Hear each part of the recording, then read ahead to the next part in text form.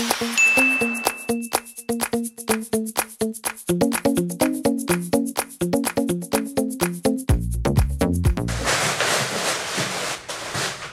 did you have sex? Huh?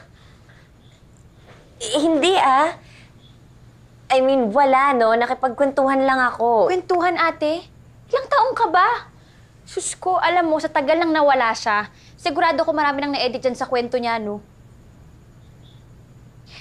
Alam mo, ate, ang lalaking urong sulong, pilipit ang balls niyan. Paglalaroan niya lang yung feelings mo. At saka kung talagang mahal ka niya, matagal nang nakipag-usap yun sa'yo kahit isang batalyon pa ng turista ang humarang sa kanya.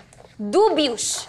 Dubious is the word. Male vocabulary 101. Ganito lang yan, ate, Kapag hindi kumpleto at magulo ang kwento, chances are, nagsisinungaling siya. Kalimutan mo na yung past. Q&A portion tayo, In love ka pa ba kay Carl? Nung nagkita Ate, kami sa... yes or no lang yan. Yung totoo.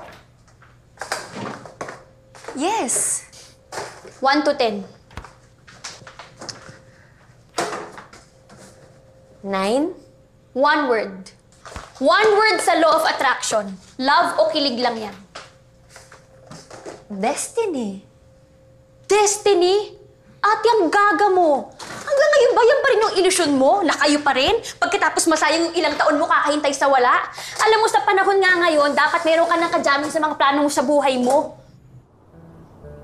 Ang lalaki naglalaho na lang basta. Hindi naniniwala sa destiny yan. Zaira, pwede ba tayong bumalik sa step 1? Carl is nothing but a fragment of your Please, past. Zaira, have a space in your heart to forgive me. Pilipit ang balls niyan. I'm begging you. Paglalaroan niya lang yung feelings mo.